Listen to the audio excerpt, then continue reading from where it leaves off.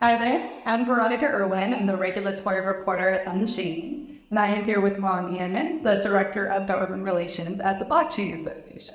How you doing, Ron? I'm doing great. It's a gorgeous day in New York. I love it. So I'm doing fantastic. And crypto is still the election for better or worse. So it's busy as hell. Definitely is. And I know a lot of people have been focused on the presidential election for obvious reasons. But I want to take a little bit of time today to talk about some of the committees in Congress that are also very important to crypto, specifically the House Financial Services Committee. So just to start, why should we care about this committee? Why should we be paying attention? Well, there is a view that if one presidential candidate particularly elected, they can just sign a figure or read an executive order, and all of a sudden all crypto's problems go away. But actually, as you well know, it comes down to a lot of law that's currently on the books. All these laws from the 1930s.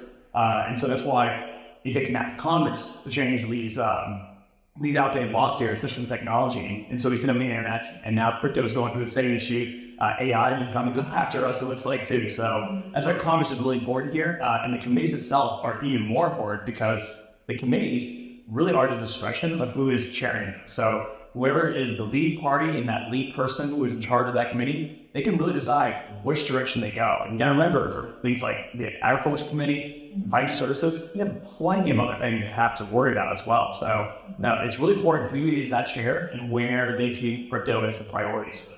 And it seems like the House really could go either way, could be Democrats or Republicans. So can you kind of go over who would be in charge? Let's start with the Republicans control the House.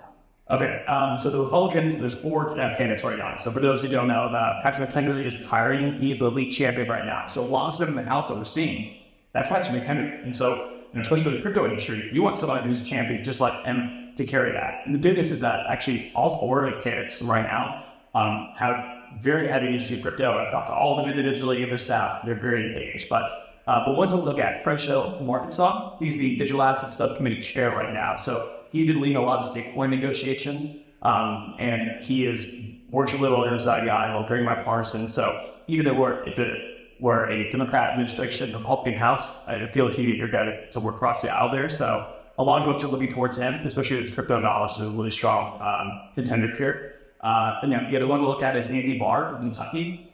He's more TradFi issues, and so debating is kind of more of his main pet project, you could say. And so I would look at more stablecoins, national security, as well as anything on the wall front. That's going to be a lot of his main concerns. The last two folks, Frank Lucas, he's from Oklahoma. Now, he's chaired the Act Committee, and he's actually one of the very few members who sits on the House Ag and Financial Services. So if 21 was going through both those committees, he was involved pretty heavily. So look at Frank Lucas as a competitor. And the last is Bill Huizenga. He's from Michigan. Now, he can do a lot with the markets and oversight. And so, especially if there's a Democrat administration or Gensler remains at the SEC, he could definitely be someone that can hold speak the fire, has done so for the past 4 years, and like will continue. So all four of them very pro crypto on the Republican side. And I think we'll probably December who's like new chair. Maybe it'll be in January, but all four of those men overall, we're feeling pretty confident crypto's going to be on the right path, at least in the House. And how about if Democrats control the House? Well, that's the good news. Actually, it doesn't really matter who's in control here. Now, again, in terms of priorities, that's where we'll see the difference. But Maxine Waters, at least how the House of Rem, she's going to retain the chair that she take over her committee. And she really looks at stablecoins. So if stablecoins haven't been done this year, which again, it's a crapshoot, and really don't know what the check was look like, but she said stablecoins be the number one priority for her in this space. Now, market structure, that's where it's a little convoluted and a little different because she voted against it and was out really opposed to it every step of the way for 21. So I will look at stablecoins, less market structure, but let's not forget Harris, as well as the current White House, when they were vetoing various advertisers without veto Bit 21, they did say they want to work on new regulatory framework. And that has to go from Maxine Waters' committee in some way, shape, or form. So she could be not all market structure, but I would definitely be more looking at stable coins if she's chair. Okay. And, we were speaking before down the video today a little bit about how just Republicans and Democrats have different rules for how this chair is elected. Can you talk about the differences a little bit there? Yeah, so Congress is a whole variety of rules, but there's also rules that apply to their own individual congressman parties. So for the Democrats, they more experience, they like to have experience. They really do value that. And so there's a rule that if you are chair of your committee or the ranking member, the leader of your party for that committee, you can stay there as long as you want.